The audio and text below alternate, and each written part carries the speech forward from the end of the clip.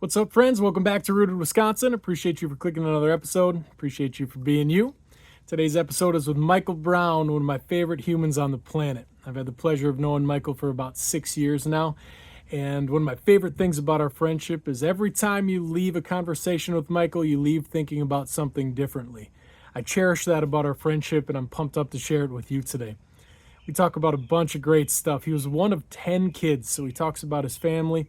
His mom was white, his dad was black. They weren't allowed to get married when they got together. How crazy is that to think about? That's what brought them to Wisconsin. They were able to get married here. He talks about teaching his mom how to read. What kind of gift is that? Teaching your mother how to read. Such a poignant story. A really cool, another story that he tells is a supervisor in his career. We get down in the career path, and he talked about a supervisor telling him he had a heart too big for sales. Such a good piece of advice that molded his career direction and changed his trajectory of his life. Motivating people, financial health and well-being. We talk about his speaking organization and just life in general. Excited to share it with you. Big shout out to our sponsors, Riverside Pizzeria of Green Bay. You got to stop in. You got to get the pepperoncinis. They're fantastic. And some really, really big sponsorship news coming out very soon. Keep an eye on Instagram. Keep an eye on TikTok. Like, follow, and subscribe wherever you're watching this. And exciting news coming very soon. But until then, here it is, Michael Brown. As the years have passed, so have the ways. We've tried to lift our neighbors. Where did the love go? Where did the talk end? We need some help to make this better again. I want to get it all caught up now, and that's a lot of life. It's the instant gratification nation that we live in. That's what it is. Yeah, I heard you talking about that recently, and there's a lot of validity there. A lot of validity there. I thought you made an interesting point between the instant gratification and the video game culture. Yes. I thought that was such an interesting point. I can't even remember were we talking about this, or was it a thing? I can't remember. Around that esports. I don't know. Again, the arcades where you put the quarter in and you got to play your life away. And once that life is gone, either there's somebody behind you ready to play the game or you got to add another quarter. Now, again, I see kids, they get down 2-0, 3-0, and it's like, quit. Now they get to vote. There's a Rocket League game that's like 3 players and 1 player votes to quit because you're down 2-0. There's still 3 minutes left to go in the game. Like, why would you... Let's just quit. Let's just restart. Like, no, grit, fight back, score 1, stop 1, right back in the game. And that, I don't think we don't learn it enough, I guess. Yeah. Not to say they don't have it. We just don't learn it enough. It's not celebrated enough, I guess. Yeah. That's a good way to put it. Right. Yeah. Mm-hmm. It's not... I've never thought about it that way, but absolutely, it's not celebrated enough because, like, we celebrate for things like, when you're thinking of youth, we celebrate a listening culture, which isn't always good. Like, of course it is in some aspects, but it isn't holistically good. Right. But then we celebrate like hitting a deadline or like checking something off of your list and moving on to the next thing. When really... Man, that's weird to think about because it's how I teach a lot is a lot of it's about the process and some of it's the area, but at the same point or at the same time, without celebrating that process and celebrating the end goal, we've cultivated that thing. Yes. I think we tried, but the participation trophy's got a bad rap. Kids that quit in the middle of the season, there's something to be said for that one that's stuck in it for 8 weeks or 10 weeks or 12 weeks. I mean, maybe they didn't work hard. Maybe they didn't earn a starting spot. Maybe they didn't hit a home run. But, I mean, in this generation, to see something through for an entire summer, at the AAU basketball, I've watched a number of kids, very talented kids, jump from one team to another team, from another team to, because it's not going their way. Like I want the ball in my hands. This team's not giving it to me versus earning it. They're like, I'll go to the next team. And that, again, so to start something and finish it, how can we celebrate that without just a participation trophy, but celebrating the participation and showing up to work every day and putting on your hard hat and running the lines and hitting the drills and hitting the weights or whatever it is, to start something and finish. At least conveying the value of it. Yes. And conveying what it means to, do it and why it means a lot to push through something. Right.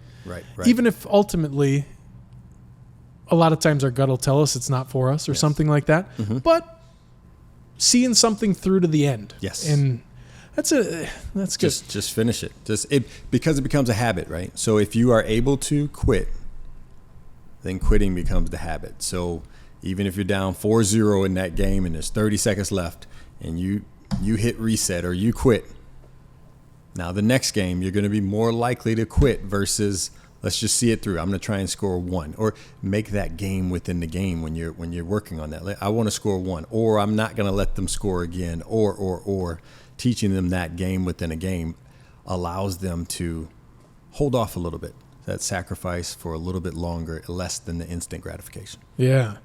This is why I was so excited to have you on the podcast, man. I've been thinking about this for a bit because every time we talk, it never fails. Every time we talk about something that I look at in a little bit different way. Mm-hmm. And that's what I appreciate about you. I appreciate you looking at it, right? So most people have that closed mindset, but you're open, right? Oh, yeah. Live like that. Again, yeah. that's the appreciative part. It's like, nope, that's not the way we do it. That's one of my wife's most frustrating things is when people say, well, we've always done it that way. Oh, that's the worst. We've always done it that way. Yeah, yep. That's probably true, but let's think of a different way to do it. So yeah. So that's why I was excited. It seems like every time. So now we get to do an hour and a half of it, love it, and do love that. It. I know a lot now, but I want to know more. Where does Michael Brown start? Oh man. Whenever I give my little elevator speech, I try and start with youngest of 10 kids, right? So if that sets the foundation, I'm the youngest of 10 kids, so I'll do anything to entertain. I love attention. I love being around people. My mom was white. My dad was black, so I come from an interracial couple. They weren't allowed to get married when they first got together, so that part of my foundation, my mom didn't. Really? They weren't allowed to get married? They were not allowed to get married. They met in Indiana. They were not allowed to get married in 1958. They moved to Wisconsin in 1959 where they were allowed to get married. So that's just my parents. So when people talk about history and so far back, nope, my parents. I'm a relatively young adult, and my parents were not allowed to legally get married. So I take a lot from that. I appreciate everything. I mean, dude, I'm playing with house money. I am playing with this was not expected. So I got a good friend, Quayson, right? Quayson, he talks about when he was younger, he had these plans of building skyscrapers in Japan, right? And we come from the same zip code in Milwaukee. I never thought that big in my entire life. I never thought about what I want to be when I grow up. I wanted to have a good job, air quotes being good. What does that mean? I didn't know what that meant, but I didn't have that kind of vision. So the fact that I am where I am, I kind of stumbled through it. I ended up coming full circle. I knew I wanted to teach when I was younger. Oh, did you really? I did. Okay. I did. I wanted to teach 4th grade. So 4th grade, I felt like as a kid, 4th grade was where, especially with young boys, either they went left or they went right. So either they came back with a lot of attitude for 5th grade, or they came back and they were some of the better students for 5th grade. I felt like that was an inflection point, right? So I wanted to teach Milwaukee area public schools 4th grade to kind of be that mentor, that guide. So I went to UW-Stevens Point, went into elementary education, found out they paid like $17,000 a year. Then I switched my major to business.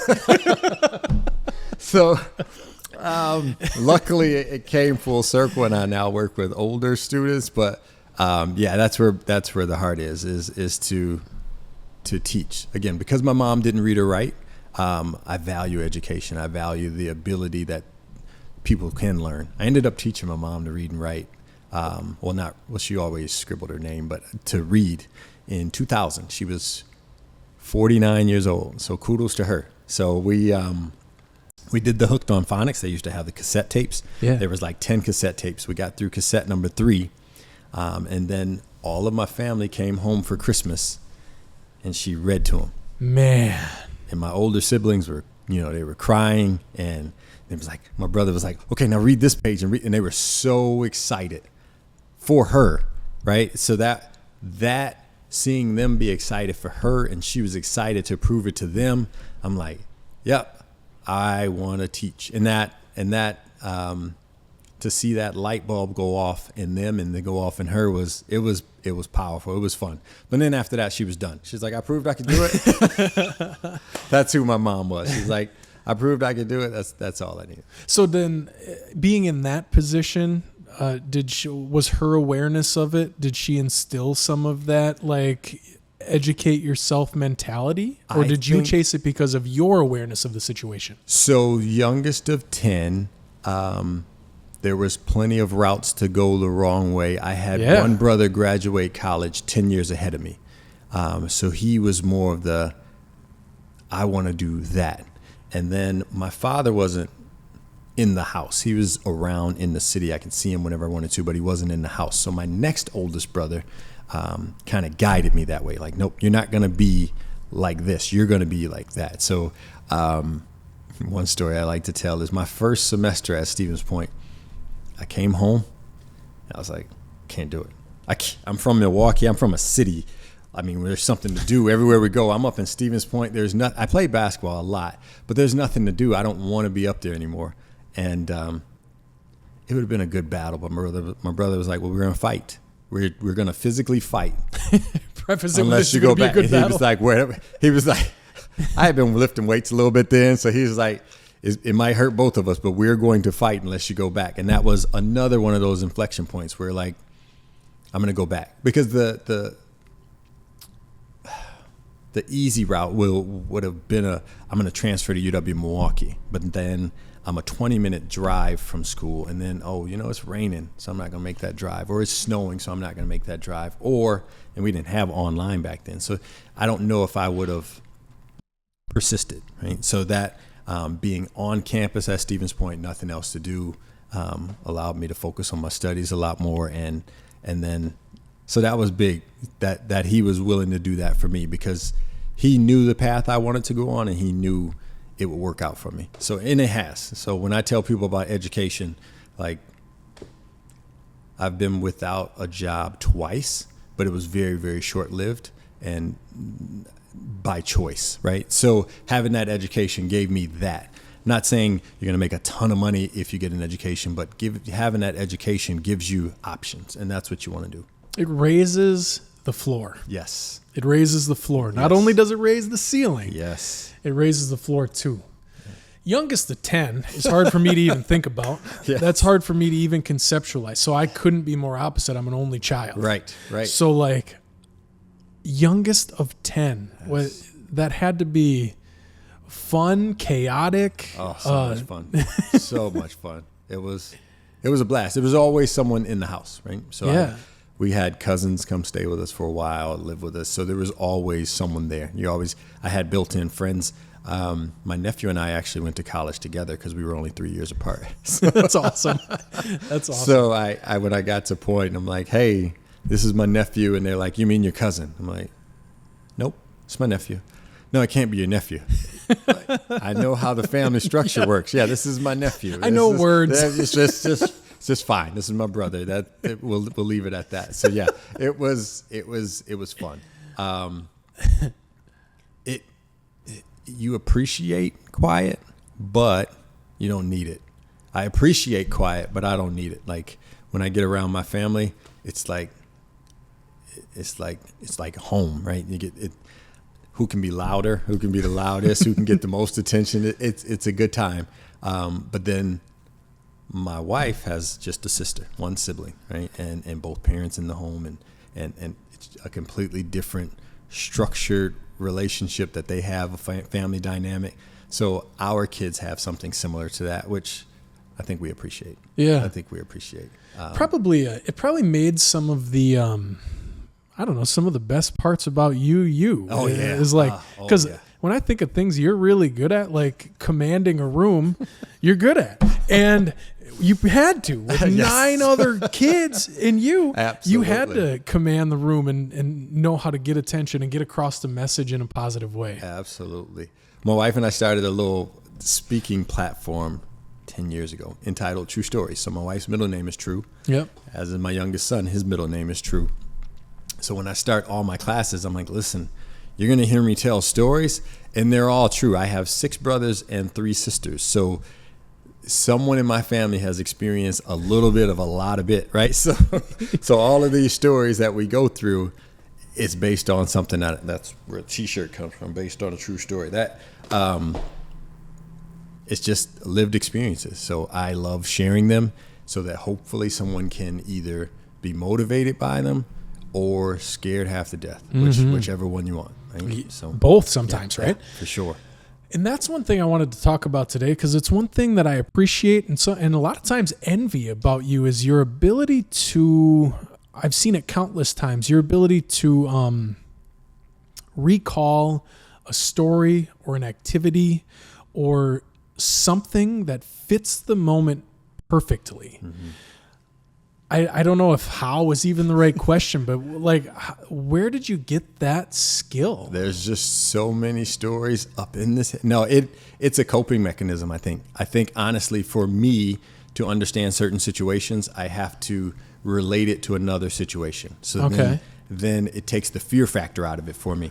The fear of the unknown. Like, oh, no, remember, it's just like, oh, okay, I remember doing that. I remember being bused out to Brown Deer High School, coming from an inner city school, and then taking that bus and sitting by yourself in the lunchroom for those first couple weeks. I remember that, and I can compare that to these new students coming in and not knowing anyone, and I can relate to them in that way, and hopefully they can relate to me. Same thing with having kids and having a kid at a very young age. Like, I want them to know I've experienced the struggles and I've experienced some really, really good times. So I want to help them relate to me. So then I try and find something relatable to every situation. That way, again, it takes the fear away from me. That's it. That's my goal, is to not be scared on any, not be afraid on any given day. No. So let me flip it real quick. What was it like being an only child? I don't know. It was good. It was good. It's probably one of those things that your lens is your lens, right? So you don't get to see it through a different direction. But it was good, man. I had there was a kid that lived across the road from me who was my same age, and he was my best friend, little age, Right. You know, growing up. So I never felt alone. Like, anytime I wanted to play, I'd go see Russell, you know, and I don't know. But you know what's funny about it is I love smashing down stereotypes, and there's this stereotype of like only children being spoiled, right? That's a classic one. Yes. And I think the stereotype definitely lives true about being spoiled with attention. Right. The attention is there from your parents, and my parents were always, but my parents are frugal, man, and I was not spoiled with things, Right, and right. I appreciate that. Yes. Now, Yes. At the time, you know, you probably don't as a kid. Why can't I just get, Yeah. Uh-huh. But that definitely, that's one I can break down. I definitely was not thing spoiled. Right. But Right.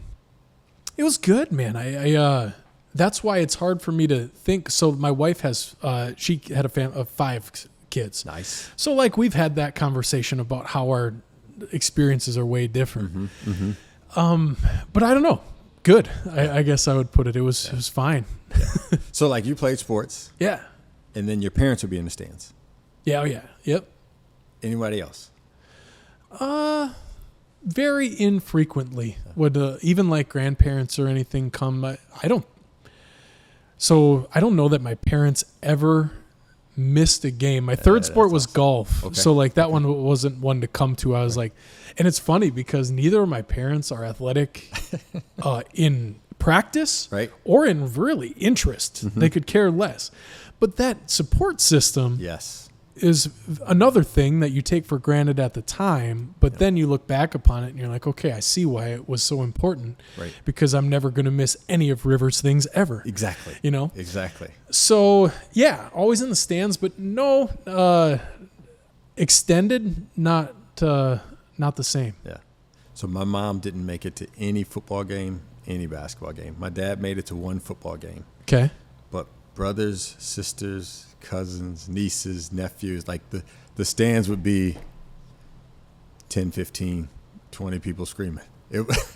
That support, that big family support, it was something to do. So now we're in a Schwabenan. My boys are in a Schwabenan. We had a game in Waupun this season for basketball, and my brother and his sons and his brother-in-law and my sister, and so they had this network of people that they're not used to being at their home games. Because again, my wife has her sister and their family come, and then her parents will come, but not having that big loud network. It's just buy one whole section.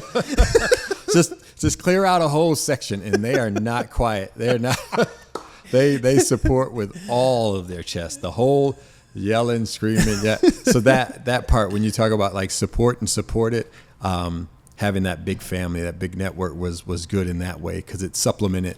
Because again, being the youngest, my parents were older parents, right? So I was a young parent at 18. So like my oldest will be 32 in 2 weeks. And then I've got 17 and 16 now as of last week. So I've got a little bit of both, and trying to keep up with these young kids it is tough. So I understand their commitment. My parents having kids that could, look after, like, then show me things and teach me to drive and take me to driver's ed and all of those things. So we had that. It was like a supply chain. It was like a report structure where you just report up the line and everybody message down in a way. So kind of a built-in hierarchy. Yes, the hierarchy. There it is. Yes. And that had to be tough being 10 of 10, because the bottom of the totem pole every time. Man, every single time. And it's still there. And I love it. I love it because sometimes my head gets big, and then they keep me nice and humble. They remind me where I'm from. So that's good. It's good. Life's good. Well, it's good. We'll get 100 views on this just by immediate. Oh, and that's just it. I'm trying to keep it positive so I can share it with them. Otherwise, I can get into some stories that I couldn't share. No, I'm just kidding. No, positivity is what you do. Absolutely. It's again. There's two ways to look at everything, right? You can go the bad route. You can go the good route, and why not think the best? Find the gift is the thing I live by. Love it. That is awesome. So, and that's probably part of the reason you're really effective, as effective as you are at what you do. And I think that kind of leads into another question I have for you. I didn't know, we had never talked about you being the 4th grade teacher. Yes. We had never talked about that. So early on, you developed, through that, thinking about it like that, you identified that supporting people was your thing. Like, that's where you got satisfaction. Mm-hmm. That happened for me way later in my life. Yes. I was really achievement focused for a while as a young person, up until I wasn't anymore. That's a bad way to put it. I didn't identify that supporting people was where I got passion. Yes. I thought it was by reaching achievements, but every time I'd take another step up the ladder, and I'd be like, okay, this is it. And then it's like, okay, it still feels the same. Yeah. It feels the exact same. It's fine. Yeah. Right. So how did having that identified early, and we'll talk about some of your career path stops in a little bit, but how did you use that then to navigate, after switching to business, probably post-graduation, what you decided to do? How did you use that to navigate that? So unfortunately, I didn't use it the right way. I allow, again, becoming a young father, you lose some options where you can't chase your passion if you have to bring money home. So it ended up going into sales in order to make money as a single father trying to support a son at home. You can't chase what you're passionate about, especially if it's only paying $17,000 a year, right? So you got away from that for a long time. I was in sales for 10 years. So I was at Chase Bank and her name is Lori. Shout out to Lori. Lori brought me into the office, and she said, Michael, have you ever thought about working for a nonprofit? It threw me off guard. I'm like, no, why? She's like, I think your heart's too big for sales. What do you, how's that even possible? She's like, no, it's not a bad thing. It's, you can talk to people and get them over the edge, but then you don't push them, right? I'm selling credit cards and investments and auto loans and personal loans, and I know they're going to do the wrong thing with it. So my heart just wasn't in it.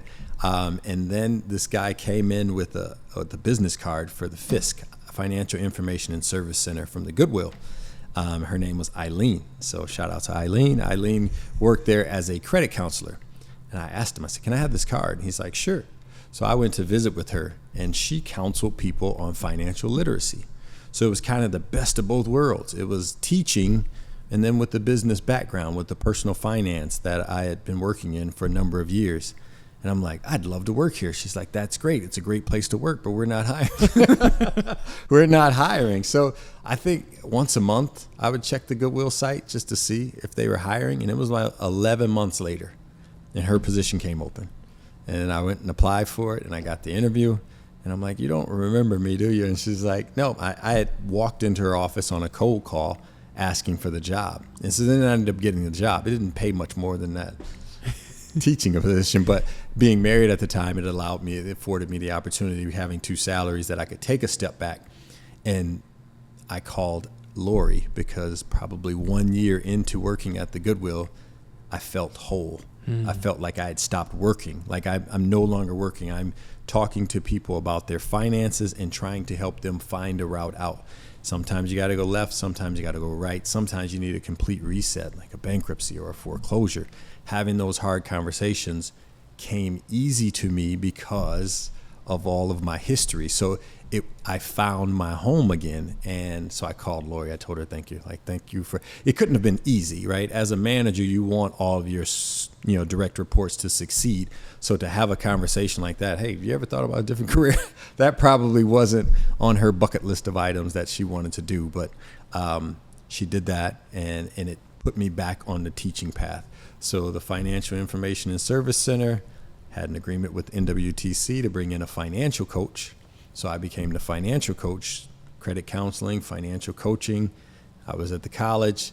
And honestly, for the first time, I realized instructors were people at that point. Yeah. I mean, because I saw college professors as like, you don't even talk to them. You might talk to their assistant, or you email them maybe, but you don't talk to them face to face. Like they are, but everybody at NWTC has been cool from day one. Like just regular people, impassioned about helping people learn. And then again, I found another home. So I haven't worked since 2012, but don't tell anybody. No, it hasn't felt like work since 2011, 2012, just doing what we do.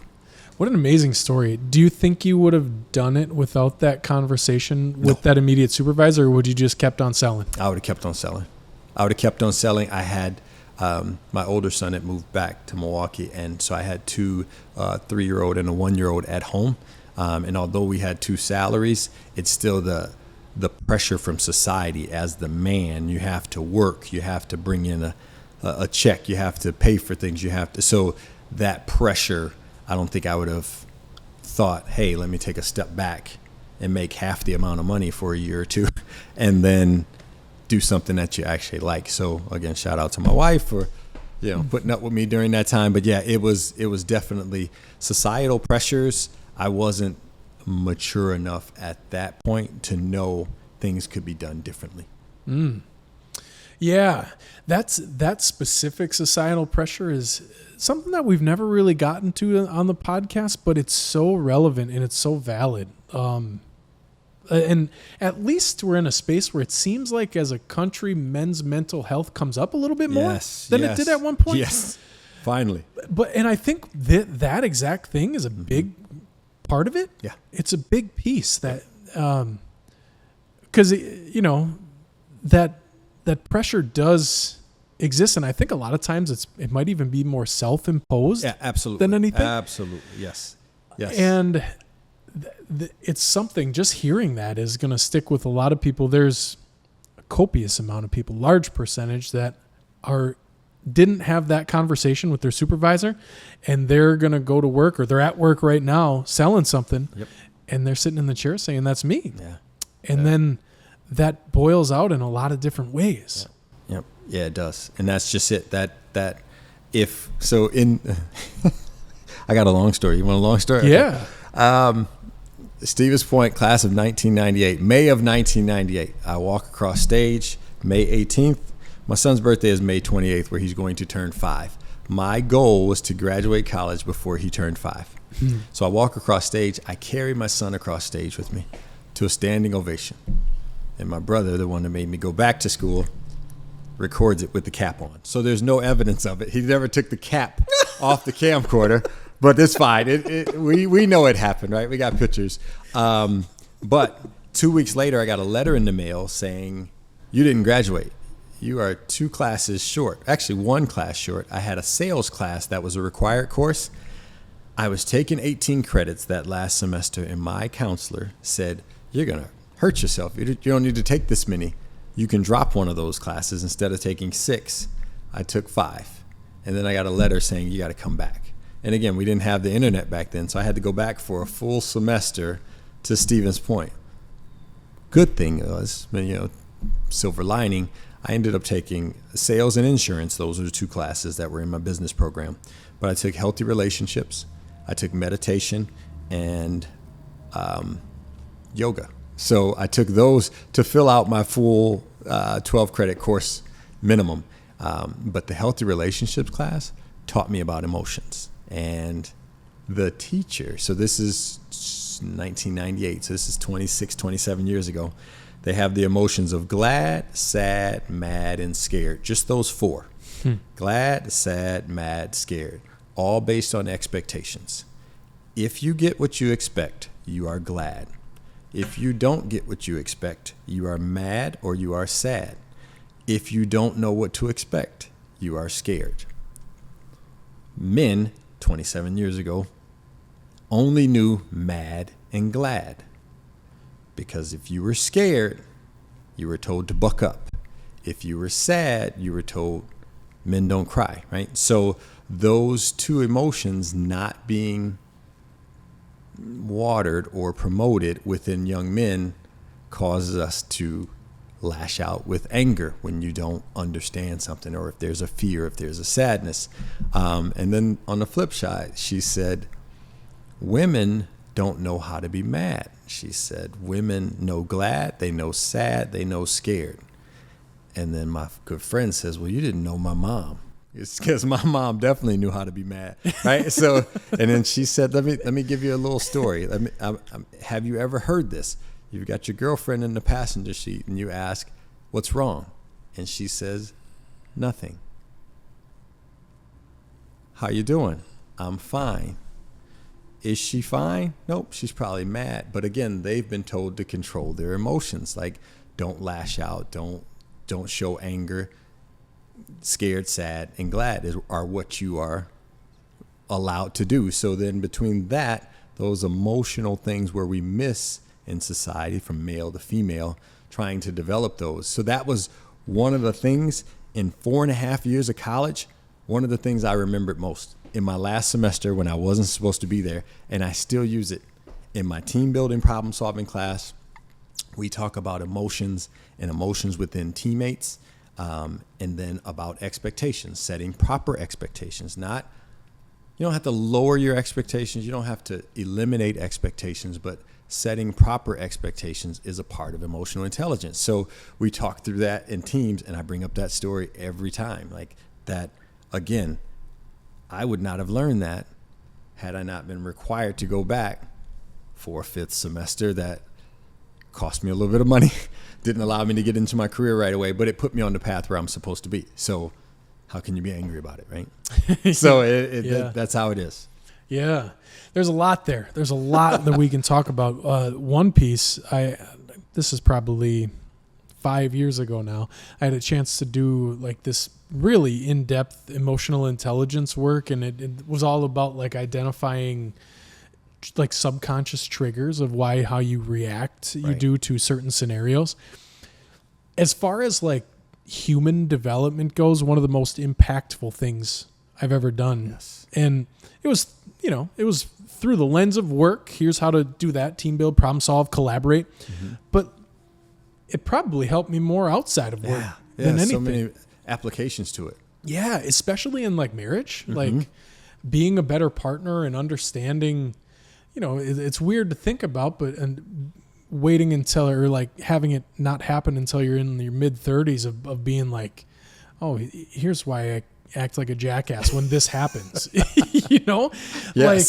Yes. That was really eye opening for me. And that's not surprising. That's not a surprising one that you remember and use, because, that's a different direction, what I was just talking about. But bringing it back to, what matters and what, I guess is memorable and stuff like that. Like that's a poignant moment in life, even identifying that.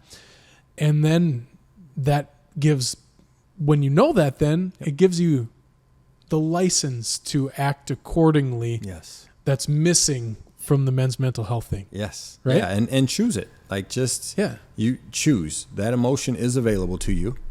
Choose it. If you choose to use it, I mean, if you are sad, be sad. I mean, if you want to look at the brighter side of things and say, you know what, I can be sad, but I'm going to be happy about X, Y, Z, then knowing you choose it, don't just do it as a default. Oh, I'm not allowed to be that. That part of it, is unique, I think. But I think we are coming a long way since our parents. Our parents probably, as far as with child rearing and all those other things, men are doing a lot more of the responsibilities, and it's not like, oh, woman, go do this and make this for me. So those kind of things, I'm sure they still exist in some places, but that line has been blurred on whose job is what job. And that, again, along with emotions, learning to cope with that and being emotionally intelligent is something that I think most people can learn.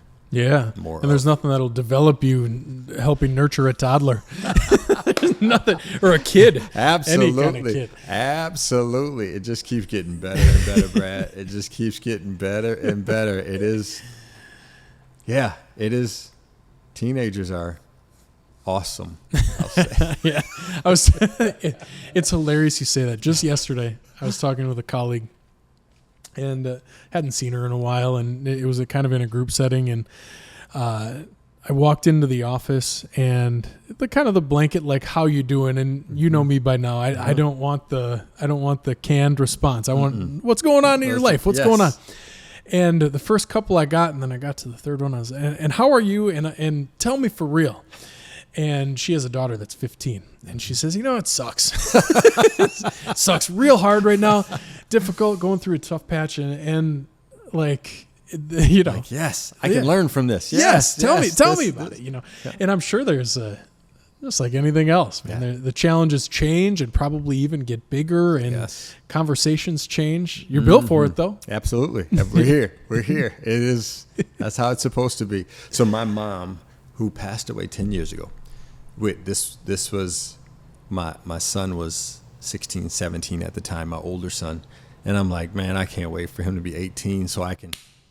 And she was like, well, at 18, the problems just get bigger and you have less control. So what are you waiting for? And that was kind of her way of saying, there's all those great quotes that, this is life. Like, can't wait for this to pass or wait for that to pass. And my mom had all of those quotes without being the poet. She just, that was her life. Like, hey, after 18, you still worry about the kids. You've got less control over the kids. They're driving, they're off to college, they're doing God knows what, and you're still, they say your heart's outside of your body. You're still concerned and worried about them. Treasure these toddler moments when you can control the problems a little bit. Somewhat, yeah. A little bit, we'll say. Yeah. A little bit. But then, they just grow and they become different. And again, it's love living it. My brother says, when you ask him how he's doing, he says he's 6 feet ahead of the game because he doesn't want to be underground, right? So 6 feet ahead of the game, and that's his canned response. But then once you dig into it, like we know, as far as my brother and I come, we know where we've come from and all the blessings we've had. Is this the brother that was a mentor to you of some ways, like the one that kind of set you off in a direction you talked about earlier? He's the one I followed. He's the one that went to college first. So he's got an automatic response he's too. He's got an automatic. Is that why you do it? He's a successful business owner in Virginia, D.C. area. Okay. So for my college, the real graduation in December of '98, because I had to go back. In May of '99, he took me to the Bahamas for my graduation. As part of a sales conference, he won the trip. I was his +1, and I watched him work the room professionally, just talking to this person. He would take a conversation from group A and bring it to group B. You know what I heard? And he just heard it 5 minutes ago, but he would hear, and then it would keep people talking and keep people, and that was, I just watched with adoration, and I was like stunned. But we went golfing, and that was my first time ever doing 18 holes. I practiced for gym. They showed me how to hold it, but I'd never done 18 holes. First hole, and again, it's been 25 years. You can make up numbers, but I hit it straight, and I hit it really, really far. So far that when it doglegged to the left, the ball went over the trees. So I lost it. That was my first hit off the tee. I don't think I ever hit another one past 50 feet. I mean, the whole time he's like, let the club do the work. I'm like, what do you mean? What do you mean by let? He's like, you're picking your head up and you're trying to dig into it. Just calm down and let the club do the work. But I never hit another. They went straight, but I was topping the ball and not going very far. But we were probably on the, I'm going to say 7th or 8th hole, and we were looking out, and there were 4 palm trees straight up with the ocean behind it, right? And I grew up on 46th and Congress, not the best neighborhood, but not a bad neighborhood at the time. And he was like, man, imagine if mom and dad could see us now. Like, and that was our moment, like, wow, like we've come such a long way. And then another brother says, and he was in the military, so I don't know if this is a military saying or whatever it is, but he says, we've done so much with so little for so long. We are now qualified to do anything with nothing, right? So I've been poor before, so I know I can be poor. I haven't been exactly rich yet with money, but rich with experiences and family. But we are very secure financially in my family, which has been a blessing. So each day for me is, I have fun as a poor person. So not that I want to be poor, but again, life is what you make of it, and any kind of opportunities would just be an opportunity. That would be it. We had our scare last month with, changes at the college, and something that helped me was saying, you know what, I've been there before, so it's going to be all right? So that part of it, having him with his saying of 6 feet ahead of the game, and the other one saying we've done so much with so little, like those kind of things make me on a day-to-day basis know that it's going to be fine. Everything's going to be, better than fine. So, yeah. And you can't control it. You can't control it regardless. Right? Yeah. Anytime, that's another life adage. Anytime you try to control something too much, it's like life hands you a dose of humbleness. Yes, absolutely. Just don't even try. Absolutely. What an awesome just story. Ride the wave. Ride the wave. Ride the wave. Absolutely. You got to actually. Was that part of that training, or was it something else? But there's that be a surfer thing. The whole concept of being a surfer, and like you're not going to control the ocean, but if you maneuver the waves correctly, like you'll make it. Absolutely. And you might fall. You will probably. Yeah. I can swim, but I can't tread water. So surfing is out for me. Same. Exactly the same. My wife makes fun of me all the time, man.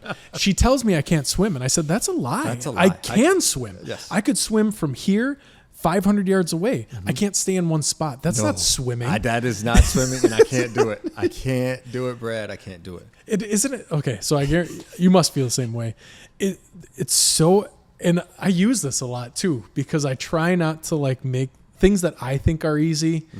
It's easy to come out like it is easy, right? And when you're telling others, but I always think of this when I'm getting too far down that path, because when you tell people that you can't tread water, and they're like, "Oh, you just do this. All you have to All you do do is this this with is- your hands. How can you and not kick your feet?" I'm like, the faster I do this, and the faster I kick my feet, the faster I sink. It doesn't make any sense whatsoever. At all. I took 3 noodles.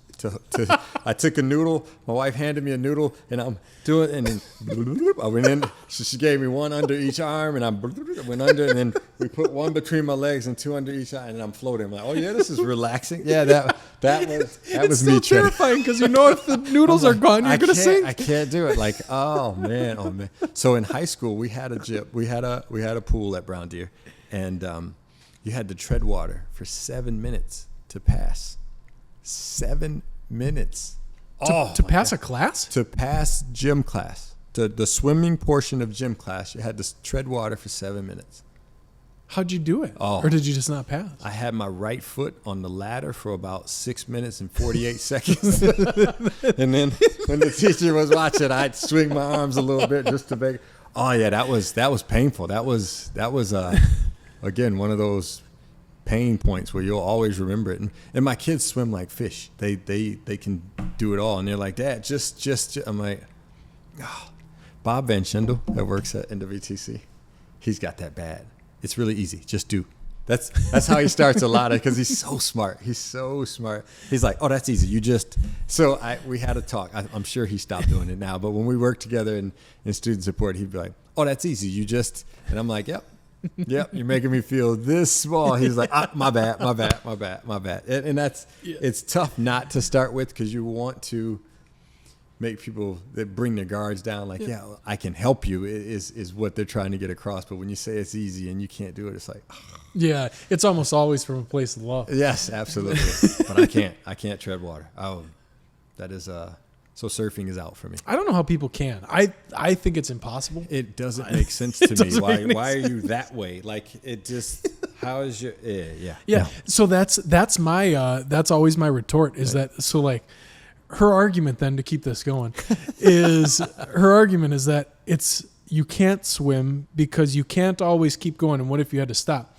Well, then I take a deep breath and I lay on my back sideways and then I backstroke a little bit. That I can do. Yeah. Yep. Just keep my flat head my above water. And that'll work. But the whole vertical thing, No. it's just, It's just not right. Nope. It's not meant to be that way. It's not meant to be that way. that's the best rabbit hole ever. I love rabbit holes. At least we're in the same. At Love least we're in rabbit the, holes. Yes. You know what I do want to call back to? I feel like we glossed over it, but it's one of those life moments that not only make it worth living, but are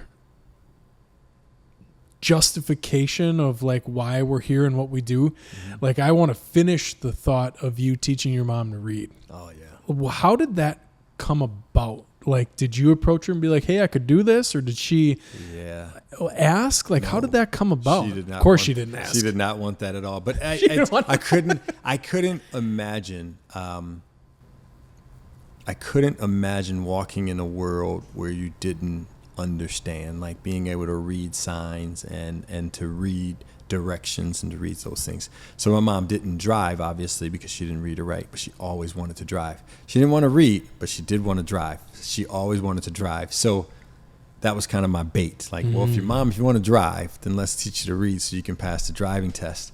And then I got out of college. I was making a tiny bit of money. Hooked on Phonics was $130. I'm like, you know what? No better gift to get my mom for, I think it was for her birthday in April. Yep, it was for her birthday. And then by Christmas, that was what we had come up with in 6, 7, 8 months time. But I felt like that unlocking that key for her would, again, if she wanted to pursue driving, she then could, because she'd be able to read. She was really, really smart as far as being able to memorize things. So when we first started, she would cheat and use the sight words, but that's how it happens. It's sight words. She would remember all the cards versus phonetically reading. Yep. So then going back to phonetically reading, it got a little tougher. And then we had some disagreements and discussions. You know, at her age, she was 59 at the time. Like, why? I don't need to drive. I don't need. But then being a reminder that if you want to drive, this is step one. We got to do this. So again, having that bait, having that hook. But then I wanted it for her. I did. I wanted her to be able to open those kind of doors to driving if she wanted to, but ultimately just to be able to read. If someone in my family wrote her a letter, being able to read that letter versus here, read this to me, taking away that personal. So again, maybe my brother doesn't send her as personal of a letter because she can't read it and he knows someone else has to read it. But to open that up for her, I think it was a gift that she deserved. She wanted. She didn't want all of it, but she did want it. And then she didn't end up driving, but to show that she can do that part was clutch for me. It was, and her and I working together gave us something to do. We played a lot of cards. We watched a lot of movies together and TV together. Because when I graduated, I bought my mom's house, and then we fixed it up, and I lived there with her. So there was my son and my mom and myself. So I'd go to work, she'd take care of my son for me, and that was family taking care of family. I'd come home, I'd cook, and all of those things. And then when we had free time, we'd play cards or play board games or do whatever. We didn't have the internet back then. Had we had the internet, I think she probably would have even more wanted to learn how to read to get to some of this spicy information, or she would have just watched a lot of videos. My mom was fun. She was a self-proclaimed redneck. That was she loved calling herself a redneck. She was from Muncie, Indiana, country. She went to school through 5th grade, but it wasn't required, especially of women back then. It wasn't expected when we talk about expectations. Yep. She was expected to have kids and be a good wife and a good mother, which she did. Meeting my father was probably unexpected for her father, because my father was a truck driver and he was a good pinball player. So he'd stop at the restaurant where she worked and he would play pinball, and that's how they met. He was playing pinball and she would watch him play pinball, and every time he drove through, he'd stop at that restaurant, and that's how they built their relationship. But then upon that relationship, they had to move to Milwaukee, and the rest is history. Then they had a kid in 59, 60, 62, 64, 66, 68, and then I was born in 74. So they kind of think I was a mistake, but I won't. hey, some of the best laid plans were not intended, right? So it was meant to be, right? So life has been fun. But that for me, my son at the time was around 6, so he was in the process of learning to read. So them working together, it helped them to build an even stronger relationship, because her being his primary caretaker while I was at the job was, they had such a really strong bond at that point. And then working together on those two, it made sense at the time. Yeah. So 2 things in there. One, that carrot. I bet you still use all the time as an instructor. Like, tying somebody's motivation to doing something is really important. Yes. And then 2, I've never thought this about you, but I bet you're a good gift giver. Does that translate to the rest of your life? Love giving gifts. I bet. I haven't figured my wife out yet, though. Like, he might watch this, but I just bought my son a birthday gift. It won't come off for a while. He stepped away from insurance sales. He's working at Petco now, because originally he wanted to be a veterinarian. He loves animals. We talked about the idea of, why don't you start a pet shop, like where you buy and sell animals or foster or whatever that might be. But now he took a step away from insurance. He's working as a bather at Petco, and he's in the grooming assistant program. So he's going to become a groomer, but ultimately he wants to do his own grooming business. So while we were rummaging this morning, brand new pair of pet clippers. So I think it's a great idea, just to show that, hey, I believe in you, and I believe that if you want to do this, you can do this, and let me get you started by giving you this. Like that. So hopefully he likes it. I hope. One of the best gifts you've ever received, what would it be? One of the best gifts I ever received. Whew, that's tough, man. You know, it's a super easy one, and it's funny because it's almost become a joke that like every year for my birthday, my mom buys me a dozen Titleist Pro V1 golf balls. It's the only golf ball I play with. But it's the epitome of a good gift. Right. Like it's something, they're pretty expensive. It's not something you want to go out and spend money on. I'm a frugal person by nature, so Yes. I hate spending money. So I don't know, something like that. I'm pretty simple, really. Right. My wife tells me I'm very hard to get gifts for because I'm also a person, even though I hate spending money, it takes me like I go through a process of diagnosing what I want, pick specifically what it is, and then I feel there's value there. So I buy it. And that's how it goes. So I really, hearkening back to what you said earlier, fortunately, after ebbs and flows of life, am doing okay. You know that, you know, if I want something, I buy it. Yep. And I can see how that makes me a hard giftee by not. But I don't know, more than anything, I think it's like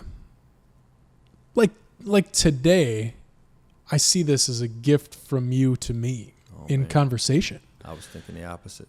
I was like, man, I can't believe you thought of me. So I'm happy to be here for sure. But it doesn't matter. It's anybody. It's Right. anybody in that chair, because when I think of what, you know, where true happiness comes from within me, it's not things. Right. It's not things. Like, those are good, and yeah, of course, like there's a certain level of life where like comforts and security and what you expect is good, and that like that's necessary. But like past that, a lot of it comes from time. Yeah. And to me, time is more valuable than a lot of other things. And that's something that's a constant struggle in my life. And that's been beaten to death on the podcast about being super motivated, but not knowing where to put time and then giving it to others. So I don't know. I guess a lot of the gifts that I think of in my life wouldn't be perceived by a lot of people as gifts. It's maybe like someone opening a door for me, not a literal door, a figurative door to something. So that's where I know if I thought about it for a long time, that's where my answer would go. And you know, here's a really good example of that is when I initially graduated college. I don't know how much of that story you and I have even talked about. I got an academic scholarship to go to college, but I had to be an engineer, and I wasn't ready for anything to do with college. I wasn't. Everything in life had come up very easily to me to that point. And then all of a sudden you have to be self-motivated, and you have to actually like set a mission and vision on something as opposed to just like show up and just do well because you can remember things good. Yes, absolutely. So that, of course, didn't go well. And then I transferred to Milwaukee Area Technical College, got a degree in marketing there. Nice. And graduated right in the dead center of a recession. So I'm working a couple odd jobs, trying to make it work, feeling like some of that pressure we were talking about earlier, feeling like I'm an adult, but not living or like earning like I'm an adult. And at that time I had a couple internships in radio, and I diagnosed, at least I had a goal. That's what I wanted to do. That's how I wanted to work. Nice. And nobody was hiring anything. It was a recession. I couldn't get any kind of job. Wow. And I sent, talking about kind of, you know, being motivated or like taking control or charge, I sent an email to every radio station within an hour of Milwaukee, where I was living at the time, asking to do any kind of work. Pay me to do something. Just like let me I'll foot in the clean. door. Yes. Yeah, help. Let me do something. And there was a dude named Bob Bonifant. It's wild. His job is wild to think about now, because he made his entire career on an AM radio station, being the salesperson and the voice talent. He did it all. He did everything. So looking back on it, I get why he did it now. Like, of course, this guy wanted $7 an hour help to do something, because he did everything else. Take one of these balls out of my hand. Seriously. I'm juggling. Yes. Yeah. But at that point in my life, him even replying to that email and saying, yeah, come in and talk. Right. that's a gift Right. to me. That's a gift that I needed, that altered my life direction. And I spent 10 years doing a career that Awesome. at that time I was applying to jobs in sales, to be brand strategist, anything I was remotely qualified for, and a Right. bunch of stuff that I wasn't. That's a gift to me. Bob Bonifant gave me a gift. And after 10 years, sure, I ended up kind of choosing a different path and not wanting to do that kind of work anymore. But at that moment in my life, that's all I wanted to do. Yep. And him responding to that, whether it was needing from the reason of needing help or not or whatever, that was the gift. Yeah. That's how I would answer, man. Yeah. The Goodwill has that big poster and it says a hand up, not a hand out. Yeah. Right? So that was it. That was your hand up. Yeah. Like, hey, just put a hand out. Yeah. Have you been able to do that for anyone else? Yeah. That's yeah, awesome. I think so. I try to. That's awesome. You know, really, here's a really good example for you. This happened pretty recently. A person I crossed paths with, a student, was doing working in trades, wanted to get into sales. Okay. So he took some classes to get into sales, and he was working on a CNC machine. Well, I have a friend that is the president of a company that makes CNC machines. Nice. And he has a sales background. Okay. So the more we talked about it, I ended up connecting the two together. Awesome. And I didn't really know the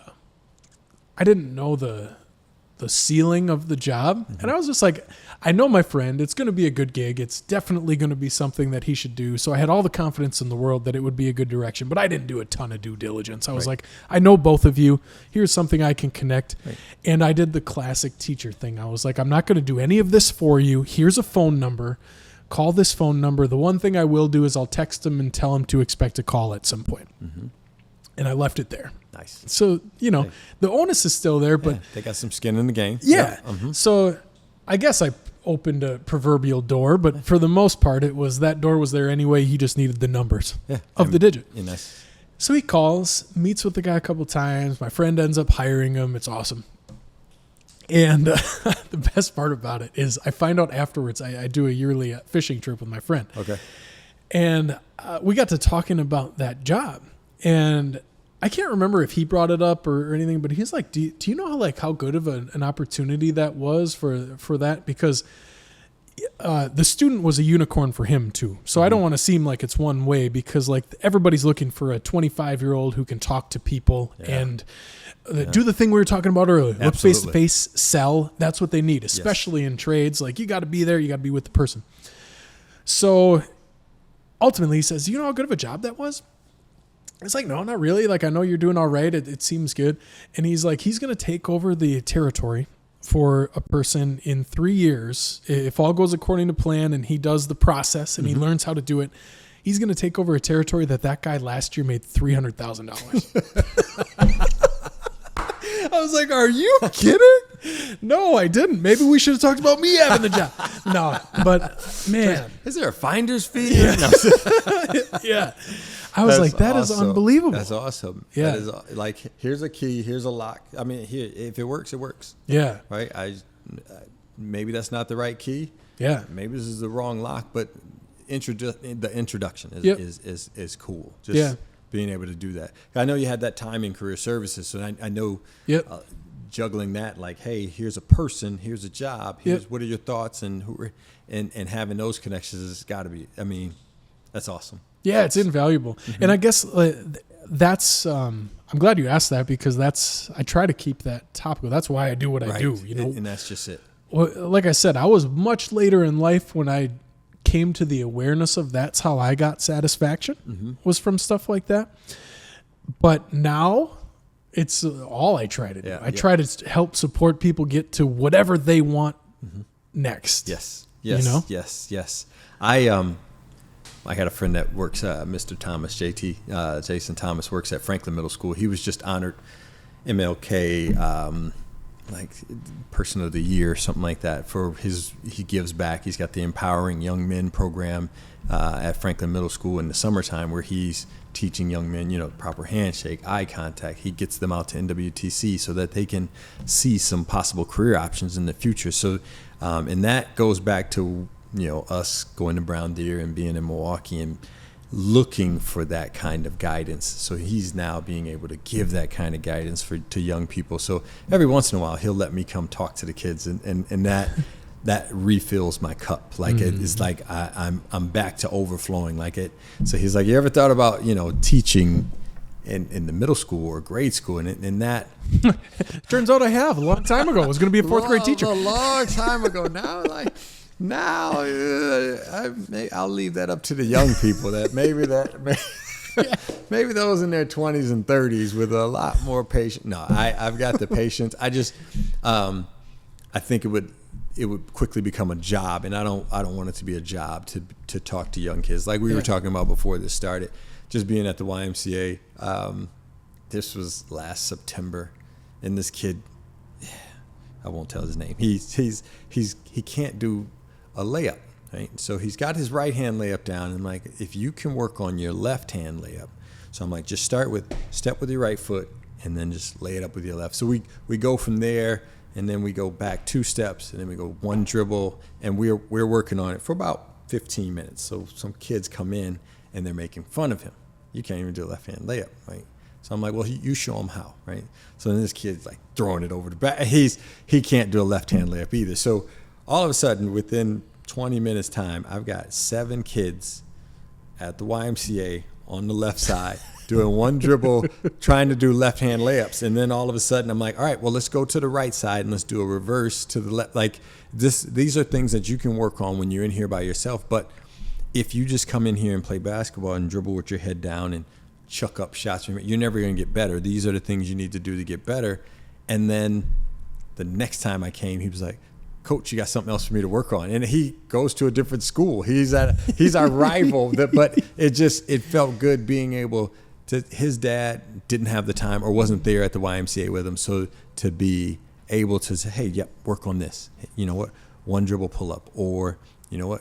Just practice dribbling with your head up. Those kind of things, to have basketball as an intermediary to something I enjoy and I can also try and give back. But again, they have to participate. So when we talked about participation, they can, oh man, you don't know what you're talking about, and ignore me, or they can take 15 minutes and work on when they're at the YMCA, just trying to have fun, but I've got them 1 dribble, 2 dribble, working on things that's probably boring to them, but hopefully make them better.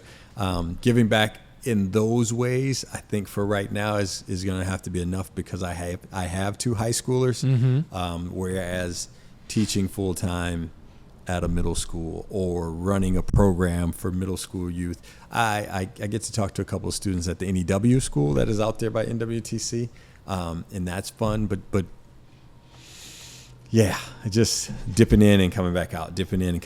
Full time would be tough right now. It would be tough. These kids are different. There's a different, whether COVID did it or whether social media does it or it's the instant gratification, it takes a lot more. K-12 would be a tough gig. Tough. Anywhere from K to 12. It would be a tough gig. Yes. And I get it. My boys got to be at school at 7:28. They get out at 2:48. That's a full-time job. Yep. For somebody 15, 14 years old. Yep. And they get a 20-minute lunch. Even at a full-time job, you get a half-hour lunch, right? So and then you're not supposed to talk unless, the instructors or the teachers want you to. It's a tough setup. Tough setup. So shout out to those teachers that. Yeah. 3 more weeks. You guys can make it. You can make it. Yeah.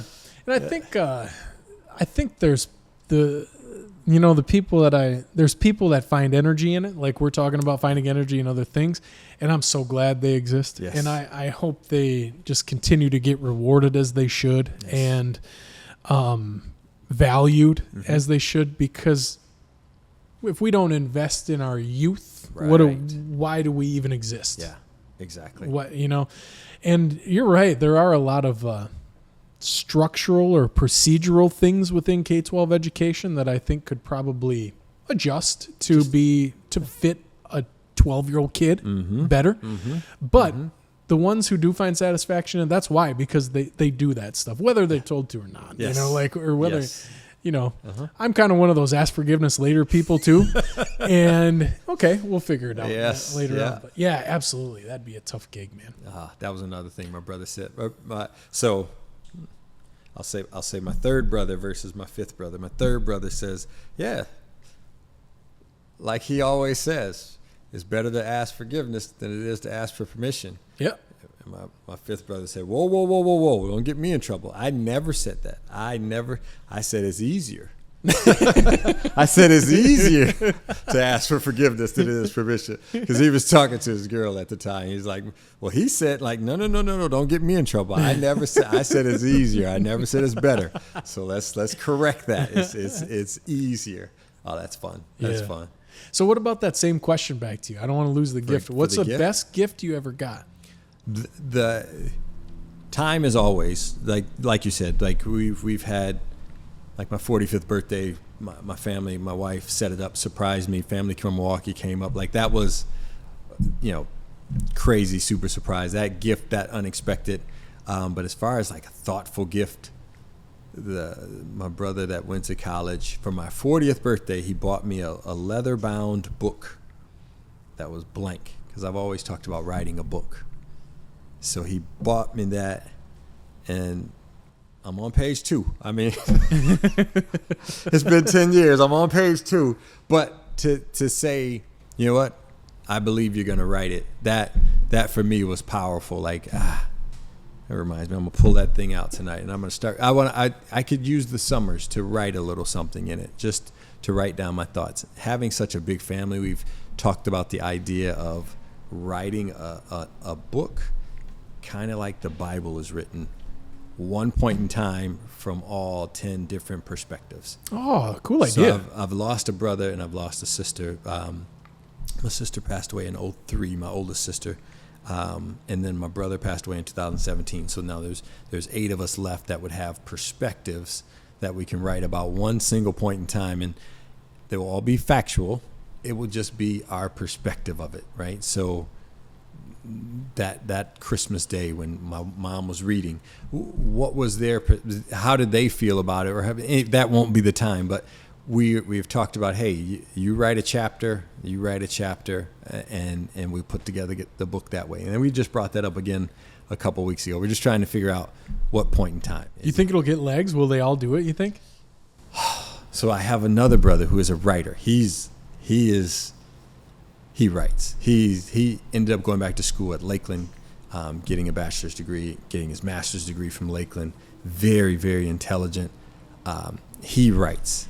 He'll do his part for sure. We're 1 out of 8, Michael. Hey, we are well, 2 out of 8 with you. So that if I can get my part done, then we're a quarter of the way there, right? So that is, I mean, you got Chat GPT, AI. I mean, we could get something written up. How do I feel about when this happened to me? No.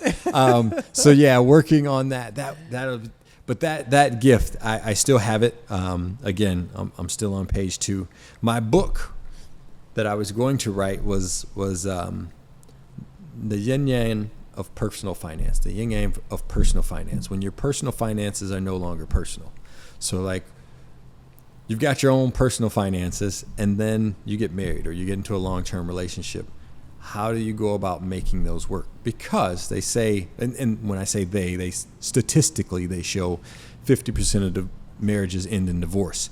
Of those divorces, the majority of the divorces come about due to money reasons. Mm-hmm. So I don't think it's money, because I've seen plenty of poor people that are crazy happy and in love and laughing and everything. I think we stop communicating about money. That becomes a sticking point. So trying to talk through having that conversation about money. So I wanted to make it kind of a workbook, kind of a short story about, again, my family members, because we all, most of us are married, been married for a very long time. How do your finances work versus how do my finances work, and how do we communicate with that significant other? Because there's more than one way to do it. It's not just, we have to have a joint account or we have to have separate finances. So to have those kind of conversations with one another, it's tough. People don't want to talk about money. That is like a taboo subject. When money comes up, I tell a story about a young lady that was filing a bankruptcy when I was at the FISC, and she was 27, She was 27 years old. She had a 5-year-old and a 3-year-old daughter. She had gone through a divorce, and she was financially struggling. She had lots of credit card debt. She said the hardest person for her to tell was going to be her mom, because her mom was a single mom because her dad passed away when she was really, really young. She said, my mom was a single mom, and I had everything. My sister and I didn't want for anything. Like, we had a limo at prom, and we had the prom dress, and I had a car when I was 16, and I had everything I didn't want for anything, but I won't be able to do that for my daughters.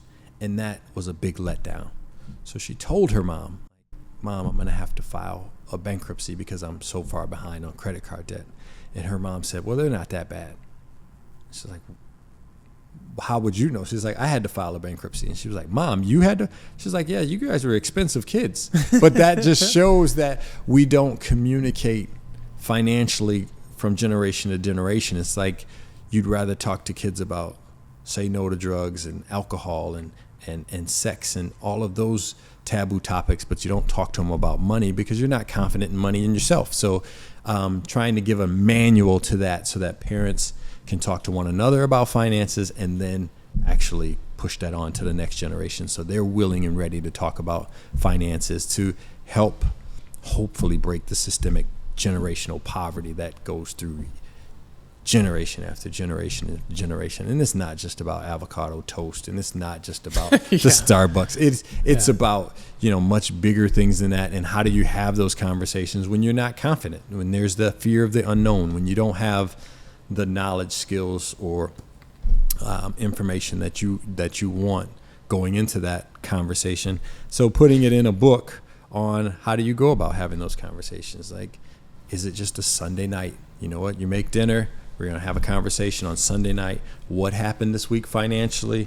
What are we looking forward to this next week?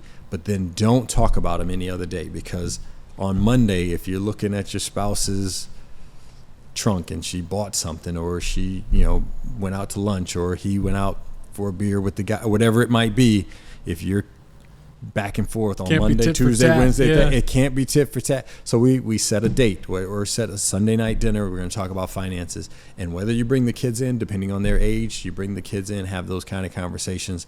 That's what the book is supposed to be about. So I'm on page 2. I'll get to the other 100 and something pages over the next couple of summers, but and maybe I change it up. It is what it is. I do feel like education, it's tough to pass it on, especially in a book, because people want things in YouTube Shorts or Facebook Reels or Instagram 30 seconds. So putting them in 30-second little spurts and then maybe doing the transcripts into a manual. Maybe that's how we do it. Yeah. Maybe. Yeah, I can't wait to teach Riv about money. Yeah.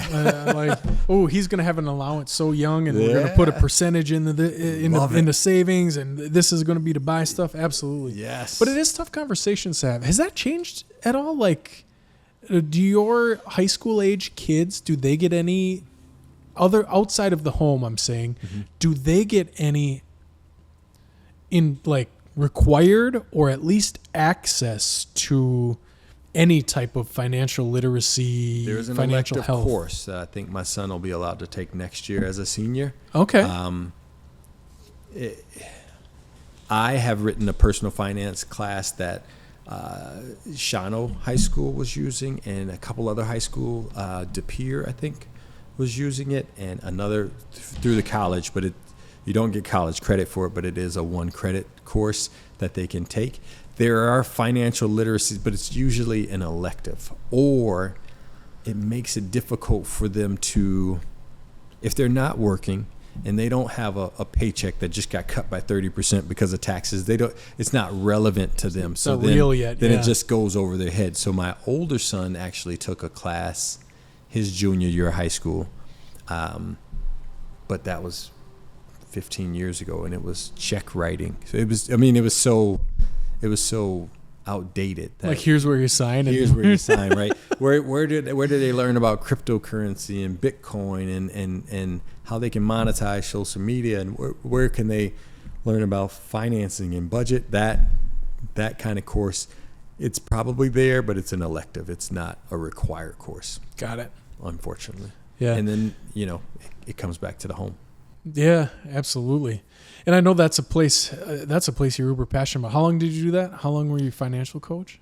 8 years. 8 7, years. 8 years, yeah. So Yeah. between student support services and then we have that emergency fund where Yep. we talk to people about their financial situations before just throwing money at any problem, kind of talk through resources and what kind of things are you eligible for in the community, because there's a lot going on here in Brown County that people need to know about. So trying to get that information out as well. So it wasn't like work. It was like I went somewhere to do what I wanted to do. Like it was that much fun. So, and then I had a great, my coworkers. That's the hardest part about moving into teaching is not having that day-to-day contact with coworkers. That I'm a people person. So going into class, talking to the students, and then looking around for your teammates and everybody's on a different schedule is tough. But other than that, it's great. Yeah. It's great. And that amount of time gave you a bunch of material for your book. Oh yeah, for sure. I leaving the names out, but man, I've got stories. I got stories. Yeah. Yeah, I think You ever thought about writing a book? Yeah. Yeah. What would it be Recently I've thought about writing a children's book. Yeah. I think that'd be fun. Yeah. And through the lens, like I thought about like a geographic children's book, like through the podcast, writing a children's book about Wisconsin. Nice. I thought would be pretty cool. But yeah, I love writing. Yeah. I love it. I have 19,000 irons in the fire at all times. So I doubt, at least at the current moment, I don't see it coming to fruition, but absolutely I've thought about it. Yeah, I love writing. Put some words down on the paper and just keep it going. And that's when we talk about consistency. That's where the 2 pages came from, because I was going to write 2 pages per week and then give myself 2 weeks off like every job does. But then I would have 100 pages at the end of the year. So that's where the first 2 pages came in.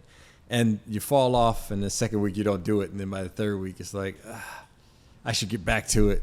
Next week I'm going to get back to it. And this summer, I'm back to it. I'm back to it. You know what I did do for a while that was really rewarding and helpful that I stopped? It's one of those things I fell off, but I'm going to start again. I was doing this like manifestation journal every morning. Awesome. I would write the same like 4 to 6 sentences, depending on, what was going on in life. Right. I would write the same things and I would know what I was going to write already. So it was just like the act of writing. Yep. But it was more like meditation than anything, right. Focusing where your attention is going to lie. Love And it was both personal and career related or goal related, I guess you'd say. All encompassing. So like whether it was about being a good dad or a good husband or having the podcast succeed or do well in creating a class or whatever it was. Yep. It was super helpful. Love Then, it's funny and it puts it into perspective of life in general for a lot of people that all it took was a little bit of change in our day-to-day routine where I had a lot of space for it because I do the mornings with Riv and he was sleeping till 7 every day. So like I'm an early riser. So I would get up and then I'd do this and it would give me time to think and then watch the monitor until he woke up. Right. And then we'd kick it. We'd read books. He's into sharks, whatever. Like we'd read his books in the morning. And then now for the past little while, he's been waking up super early, like 5:30 to 6:15, usually my wake up time. Right. So it's like, all right, looks like we're up together, buddy. We're here. Yep. And then I haven't fitted into another part of the day. Right. And now yet another of 1,000 things that keeps life in perspective for me, because a lot of people that do what we do, it's too easy to say, oh, we'll just do it. Yep. Or why don't you it's not that hard. It's not that hard. Just do it. Yeah, of course it isn't hard. I was writing 6 lines a day, but it fit in my life really well. And now I've got to reprioritize everything to find time to do this because I'm a very routine person. Right.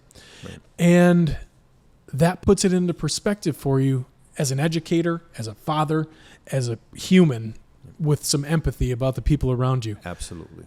What's that person doing? That's not that easy. And how can I make it easy? Because it's way too easy for other teachers and stuff to just say, oh, they just don't want to do it or whatever. That's not the case. You wouldn't be here if that was the case. I told the student yesterday, I said, thanks for showing up. And he was like, well, I mean, we pay for the class. I'm like, yes.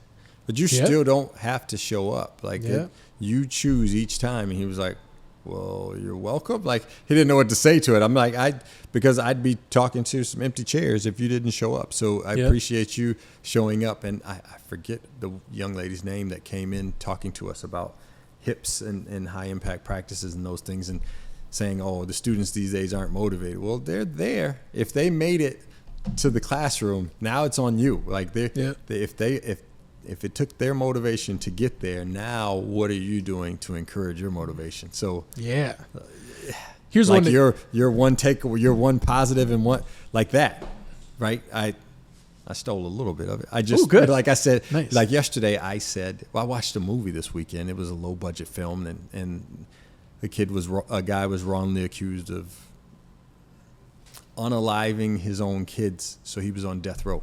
Okay. Which made me think, hey, students, if you had one last meal, what would it be?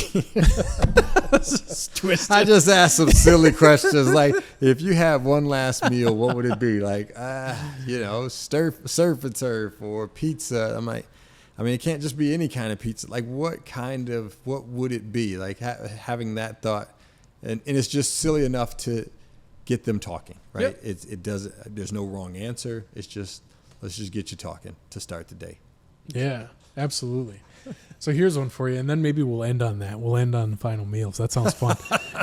But recently, here's the things that get to me. All online class. Student does the textbook. It was a McGraw-Hill thing, so they had smart books and quizzes throughout the whole class. Does every single one, if I remember right. Does them all. Doesn't do any of the project or discussion. Well, you get to week 6 of an 8-week class. Why are you still going to do the textbook work, but not the other work, knowing that you're going to fail? Like, you're going to fail. You haven't done anything else. And like, that's the type of stuff that gets my wheels turning. Like that ones that I can't even conceive. Like, okay, plenty of people mail it in. Right. If you're going to mail it in, mail it in. Mail it in. Right.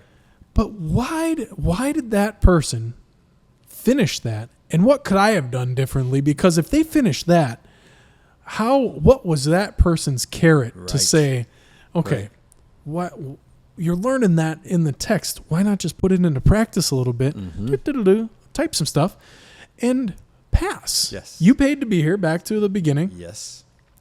So in my eyes, what I see a lot of people do is just chalk that up and be like, that's going to happen. And I'm sure that, it's normal to feel that way, just because we can't control it. Right. On the other side of it, I'm like, what's the little lever that I could have pulled? Yes. To start that off? That's the question to ask. And that's being newer instructors, that question still, like, because I know I'm not perfect, not even close. Oh, like, I got so much to learn, but going into this summer, like, what could I have done differently? I had business ethics, and I think I had 6 out of like 15 students participating. I don't know where those other 9 were. I don't know. Do I reach out by phone? What do I do next semester? Or did they just sign up for a class? I have no idea. But again, looking inward, like what communication did I miss, or what outbound communication, what video did I not send, or what did my video say that said the wrong thing? Continuing to look inward, because where else can you look, right? Yeah, well, that's what we can control. That's what we can control. That circle of control is what we do. So that's what I'm heading into for the summer is the 2 classes that I'm mainly going to focus on. I have my IDP this week, and focusing on what I can do as an instructor to get better, to ignite that pilot of motivation in the students, and then keep that motivation, because I'm stumbling to the finish line. This last week was a long one. It was, like I said, the presentations were a little different. It was just, I'm ready for the summer. I'm ready for the summer. I'm ready to recharge. I'm ready to get re-inspired. I'm ready to go back to learning versus teaching. So filling up my cup, and maybe that's getting involved with the Empowering Young Men, or getting back to working with my basketball players and working with them. Maybe that'll help recharge me, but I'm ready to be recharged at this point. Absolutely. What do you do to recharge? Go as far into the wilderness as I can. That's my thing. I love it. Yeah. I love it. Get in touch with nature. Okay. That's what I do to recharge. That's when I feel the most alive, man. Okay. When I'm far away from day-to-day man-made things. Right. Because a lot of it, like, don't get me wrong, there's creature comforts are great in life, and it's good, and I'm happy everything exists. At the same time, I think a lot of things are a facade of sorts that mask a lot of different feelings, good and bad. Mm-hmm. And when I feel alive is when I am on a trout stream with a house that or without a house within 5 miles, or like whatever, walking down a hiking trail with heading towards a beautiful view or something like that. So that's what I do to recharge. That's awesome. Yeah. That's where I get energy and stuff like that. Yeah. Yeah, that's awesome. Yeah. What about you? Well, you just kind of went through it. I'm pretty the opposite. I mean, I'll little basketball. I do miss hooping. I love the bouncing ball. So this summer, I know my family likes to travel, and this might be our last one because my son will be 18 in September. Yeah. So he may not want to go with us next year. So we'll probably try and take a road trip somewhere. Bob likes to go to the Dakotas and like you, get away from all this, man. It's like just, but I don't know, maybe go visit some family. I can make the trip through Virginia, Maryland, then Georgia, and Texas. Arizona's a far stretch. They're all over. I got people in Arizona, and then make our way back. But that'll be a nice 2-3 week drive. And we have pets, and so we'll see. That does not sound recharging to me. It sounds valuable and good and something you should do, but that is not a recharge for me. I love driving. I do. I like just being on the open road. I love having my family in the box with me. Like, there's no room to go running high from. It is. You're here with me. You got to listen to me. My high-pitched singing, my vibrato, they are punished by it all. So I'm interested to see how that plays out, because I think in a lot of ways like that we're similar, and I'm sure there's going to come a point in Riv's life where he's not going to want to hear me talk. And he's not. Right now he does. Yes. There's going to come a point, and I'm sure both of our students feel like that way at times too, where boy, can I walk out the door? No, but that's okay. Yes. So final meal, man. Final meal. Oh, man. For me, I'm simple. Pizza. Should I say ribs? Or nice hamburger. Just a cheeseburger, some fries. I love lasagna, though. Ooh. I make a decent lasagna. Whenever I cook, I aim for edible. I make a decent lasagna. And that will probably take longer, so maybe I'd make a lasagna to extend my life a little bit. No. Okay. Little lasagna, garlic bread. Oh, man. I love lasagna, too. Yeah. So, yeah, probably that. Okay. The craziest answer I got this he said mahi and chicken fingers. Those would be his two. He wanted they pair perfectly. Fish. Yeah, I'm like, together. He's like, that's what I would order. I'm like, I had some mac and cheese orders. Like they kept it pretty simple. It was, hey, what do you do? Yeah. What do you do? Man. That's interesting. You know what is interesting is that I would cook it too. Yeah. I would cook my last meal. Yeah. Which I don't think a lot of people would. If I think about that answer, it's wild that you went in that direction. I would cook my last meal. I would make it's a meal I called confetti chicken. Confetti chicken. And I joke that it's why my wife married me. Is because I made it. She's a foodie, and it's the first meal I cooked. It was like our second or third date. I cooked that, and it's one of my favorite things to eat. But it would be more you know what it could be now. Okay, so that's what happens when you insert a child into the equation. Yes. Because I would do it purely because it's one of my favorite foods, but also the memory of it. Like Right. I could relish it and go back into the moment. Now, it potentially would be ribs now because that was we have this classic, like everybody has that one, or so many people have that one baby picture where they're like chalked up with all kinds of food. For River, it's this barbecue sauce rib that he had. It's one of the first, it might be the first meat he ate. That's awesome. It's like 6 months old and he still loves ribs. Right. So I might do ribs now, but I think it'd still be confetti chicken. It's like a pasta, kind of like a Cajun cream sauce with bell peppers and onions. And Nice. I'm hungry thinking about Yes. Can I have one more question for you? it. Yeah. We're making a movie about my life. Who plays your role? Who do you want to play your role in the movie? A movie about your life. Anybody's life. Well, it's a movie about our lives. Okay. Who do you want to play your role? Who would play me in a movie? Tell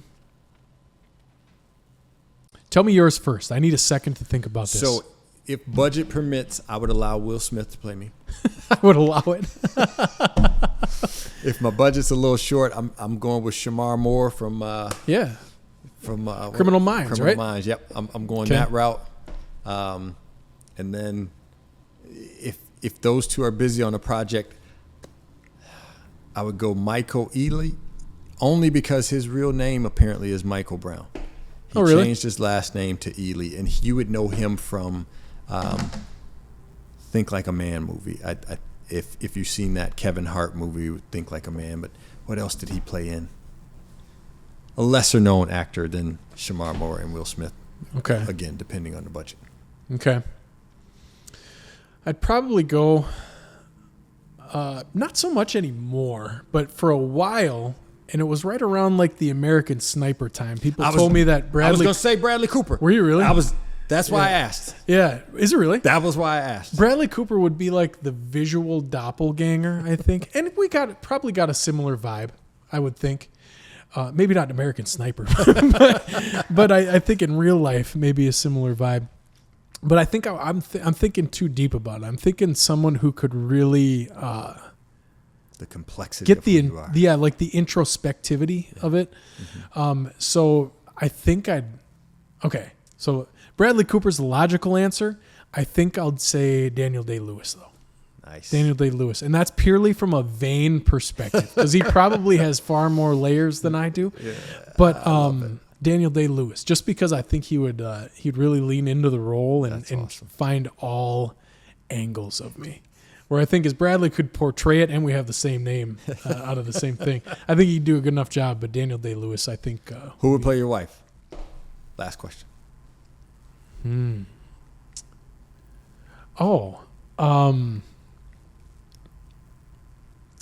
Why can't I think of her name right now? Eva Mendes. Eva Mendes would probably play my wife, I think. Awesome. Who would play your wife? We've changed so many times. So she kind of reminds me of Wonder Woman. We dressed up as Superman and Wonder Woman one year. So I used to think like a Linda Carter type person. Xena Princess Warrior was her for a little while back in college. Nowadays we would probably go I'll have to get back to you on that. The jury's out. She's changed so much. That's a hard one. Yeah. That's way harder than me. Yeah. I threw that out there just because I thought of that one time. And it's probably, my wife likes the Fast and the Furious movies. Yep. I don't. We did Selma Hayek for my wife at one point, which was funny because we were on vacation and there were guys on stage and it was a contest on Mr. Ryu contest, and they said, who is your dream girl or whatever, and the one guy said Selma Hayek, and then they sent all of the people in the audience to find the person they thought closest represented their movie star act. And I knew I was like, he's gonna pick you. And then he came over and tried to get my wife to go up with him, and she's like, no way. So that was what because we used to say Selma Hayek all the time. That's funny. That's funny.